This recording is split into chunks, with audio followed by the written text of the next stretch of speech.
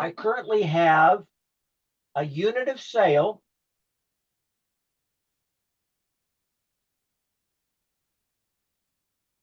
which is a bakery good. I have a unit price, which is $2.28, and I want a unit cost. And as I explained earlier, a unit cost is really COGS. That's what we're talking about here. And so I'm going to extend this formula the other direction. And I'm going to say that once I've generated the recipe and figured out what the cost of the cookies is and the cost of the package is, and if I ship the cookies, what the cost of the packaging is, I find out that my cost per box of cookies is $2. My cost per cake is $5. My cost per donuts is $3. And my cost per loaf of bread is $1. Now, business owners that are in the food business, you all know that these are unreasonable numbers and you can't survive with that kind of margins. But this is just for the sake of going through the numbers. Actually, I'm going to make my cost of bread 50 cents.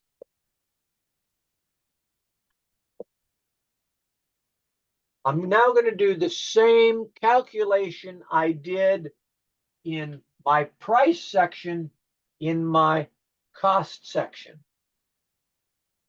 So if I sold 6 boxes of cookies and it cost me $2 per box in terms of COGS, the total cost for that would be $12. That's my total cost to produce 6 boxes of cookies. The same way, 2 cakes at $5 gives me $10. 12 package of donuts at $3 gives me $36.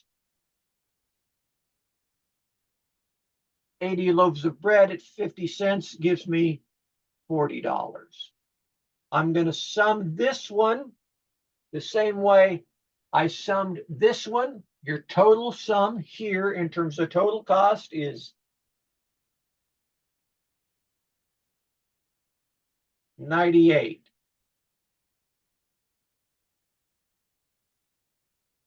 Is the cost per item. So for cookies, the price that I get for a box of cookies is $3. The COGS I have into the cookies is $2. This calculation here that we generated to generate my unit price was a division problem. We're going to do another division problem for unit cost. It's going to be the same sort of a mechanism where I take the total cost and I divide it by the total number sold. So I have $98 divided by 100. And my unit cost is 98 cents. Okay, so my unit of sale is a bakery good.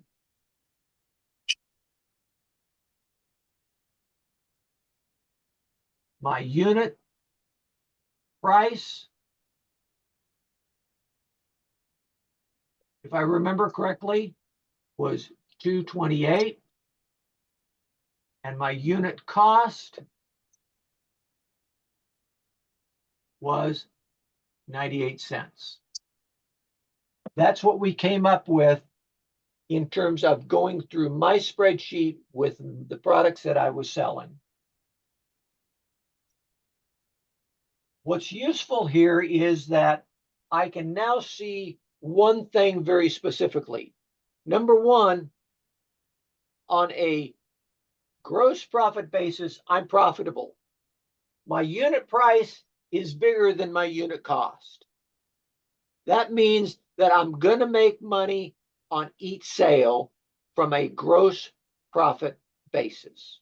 So back to my sales minus COGS equals gross profit.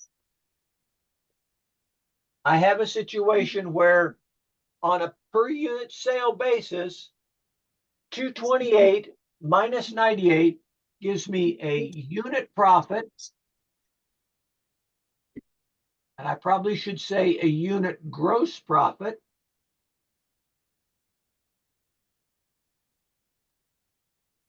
of 130.